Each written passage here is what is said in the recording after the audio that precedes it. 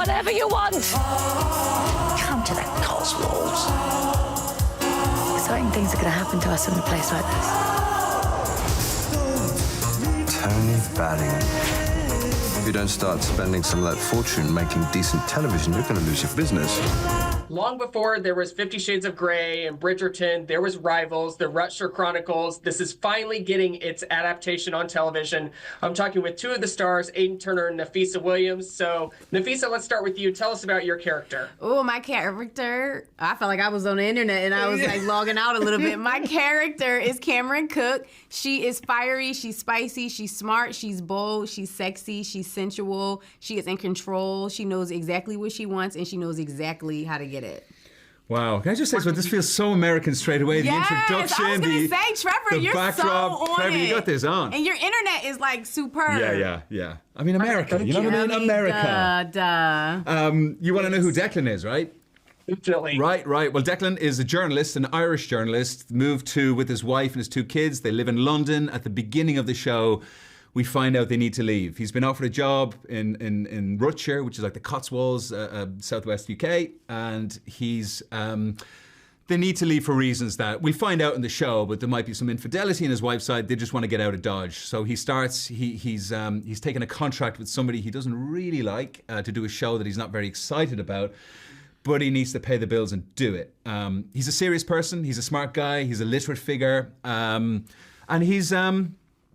he's a serious guy. I mean, there's fun there. He can get it. He gets a joke. He understands it. But he'd be more of the serious stock, I suppose, in the film. Yeah, more in the TV show. One of the more serious characters. Yeah.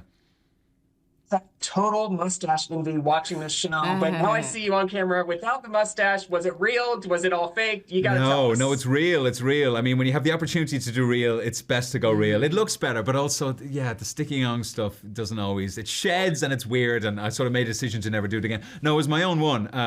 But yeah, it takes over your face a little bit. I mean, it's quite a look. When you get rid of it, you look sick or something, you know. You look like you're on death's door. It's like, what looks so different? But yeah, it balances my face good. I think it quite suits me. I think in another world I'd probably grow it full time. Yeah, no, it looked really good. Thank you. Mm-hmm. Great. And Nafisa, this is obviously a British show where you guys filmed it, but you're a States girl. What's it like being a part of this show, going from across the pond, literally, to film this kind of show and be part of something that's going to be huge? Yeah, I feel so honored to be a part of something that already exists in this world, this universe of Jilly Cooper and her books, to give voice over to a character and to also, you know, to be imitating the art. Like, Cameron has been recruited from New York because she's like one of the top producers. So as an actress coming from America and now being over here, it's just really an honor to give voice to something so iconic and so groundbreaking and such a strong, dynamic, multi-dimensional character such as Cameron, and to bring some of that like U.S. New York flavor and to be really authentic. I didn't have to like reach too far outside of myself. I'm a Philly girl, a West Philly girl, which is right down the street from New York. I call Philly baby New York. So I was just able to bring like my raw, authentic self and what I thought that looked and felt like in the 80s. And, you know, that was just like a dream come true to become an adult in the 80s. Like, I can't say that enough. So much fun. And like you said, it's based on Dame Jilly Cooper's books, which, Aiden, you have to know. Everyone in the UK knows this. Everyone in the UK knows these books, the series, the Rutshire Chronicles.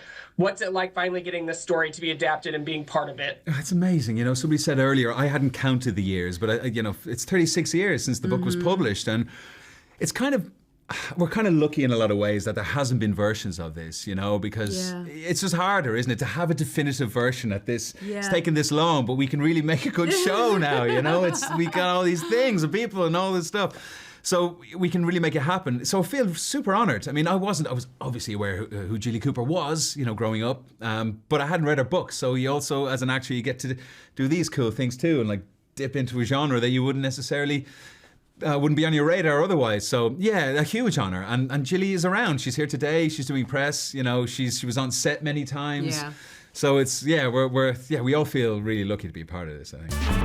Rivals is so spicy in all the best ways. I've seen the first few episodes. I can't wait to see more. So I'm talking now with Bella McLean, Victoria Smurfit. So I'm going to ask each of them. Bella, I'll start with you. Tell us more about your character.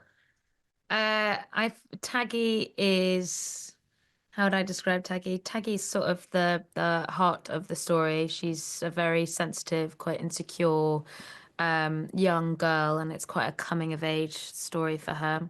She has a complex relationship with one of the other leads called Rupert Campbell Black. She loves nature. She loves cooking. She really cares about her family. She's obsessed with keeping her family a tight-knit group. And she's deeply in love with her dog, Gertrude.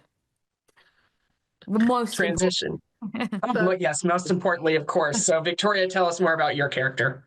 Okay, I play Maud. Maud is Taggy's mother. She is a terrible mother because she is complicated, complex, emotionally erratic. She loves a drink, desperately needs external validation, preferably from men, not always from just the one she's married to. And she is, well, a bit of a firecracker.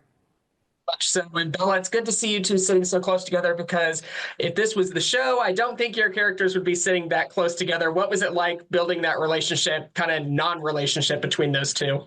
Well, it did help that we got along really well in real life, which made things a lot easier, and it actually made us, really go for it in the scenes. And I mean, I can't speak for you, Vic, but we had a lot of fun, I think, and there were lots of hugs after every slightly more vicious takes. But it was great. We had a really great rapport from the get-go. Oh, literally from felt like she was my beginning. mother. My mother actually met her, and they were sort of. I had to tell her real mother, no, back up, sit down. I'm in charge. Yeah.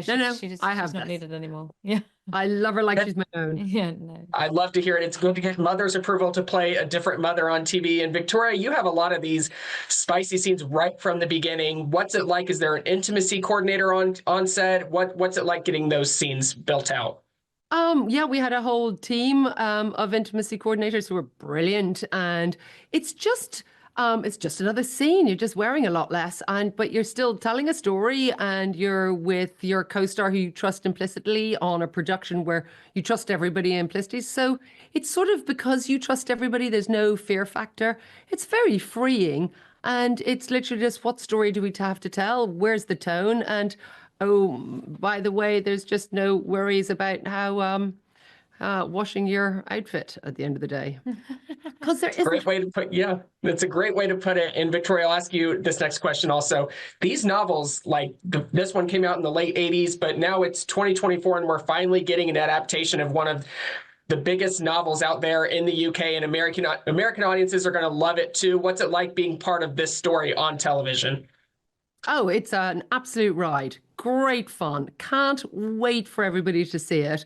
We made it some time ago now, and we had so much fun making it, and on and off set, that we're all absolutely jonesing for you all to see it and become part of our family of entertainment, joy, madness, romance, heartbreak, and horses. I'm talking with Danny Dyer, Catherine Parkinson. So, Catherine, I'll start with you. Tell us a little bit about your character. Hi, I'm Lizzie Verica, and she's a novelist and wife of James, and she is sort of best friends with Rupert, and you sort of see her come into her own a bit over the course of the series and fall in love. Yeah, very much. And Danny, tell us about your character. I play Freddie Jones, a sort of self-made billionaire, we're going to say, a working class character who's found himself within this sort of environment which he's quite uncomfortable in, and some of the sort of elitist characters are wanting his money for investment, and he's reluctant to do that. But Freddie has got a kind heart, and he's a good soul, and he also finds love.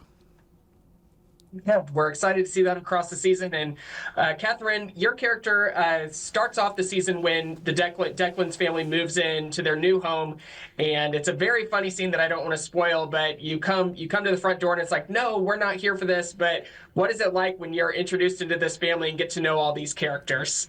Yeah, I think she's completely overwhelmed by the glamour of this family that moves in across the valley, and suddenly she's got sort of a reason to go over there and become friends with these very exotic people.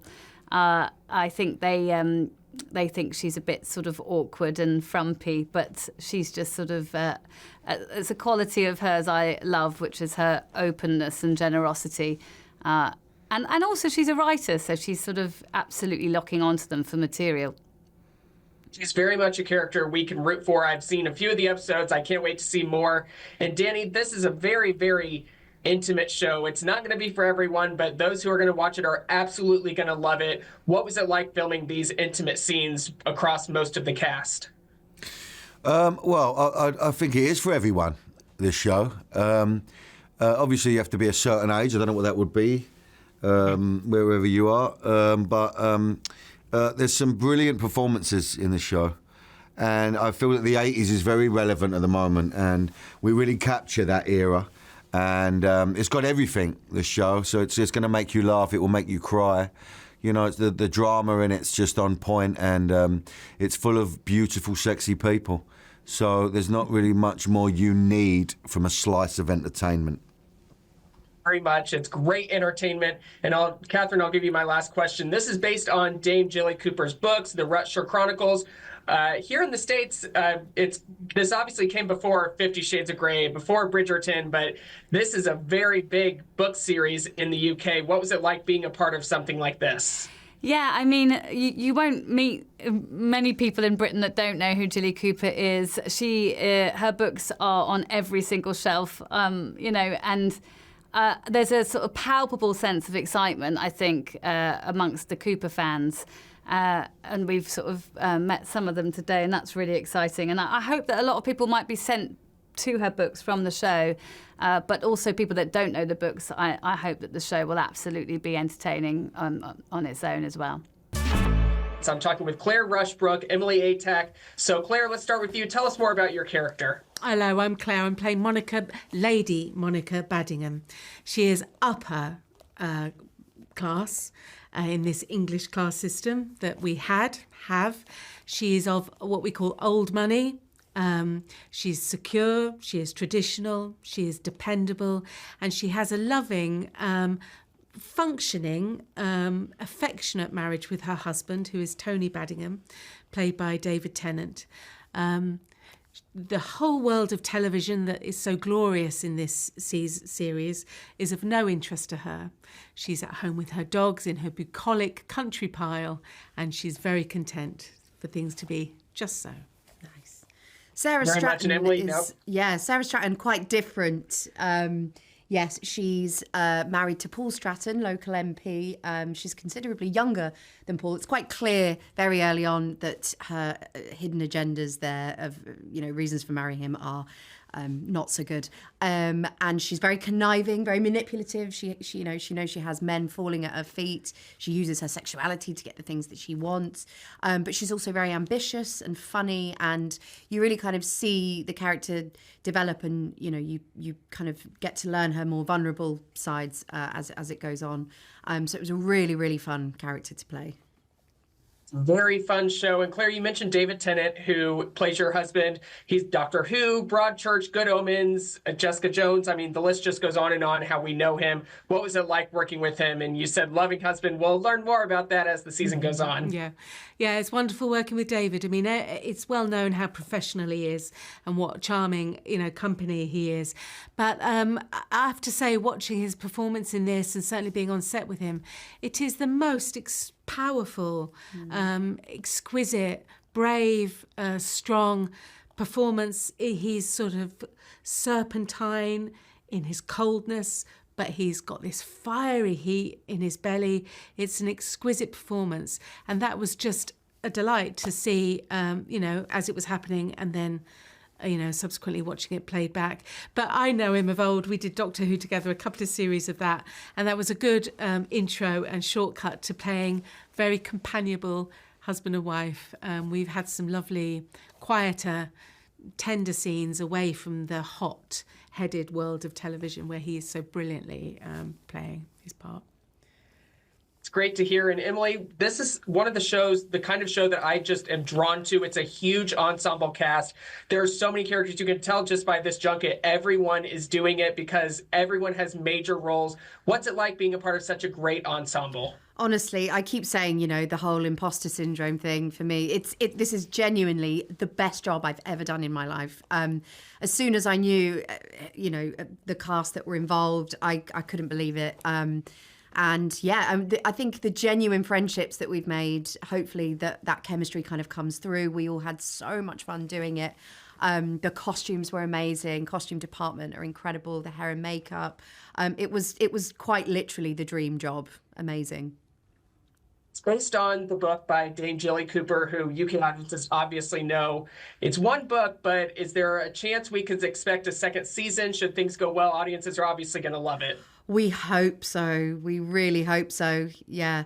I mean, any excuse for us all to get together and have a lovely time. I mean, Jilly has written several books in this Chronicles. There are several novels, so we're really hopeful that that people enjoy it because we're so proud of it. Yeah, really proud of it.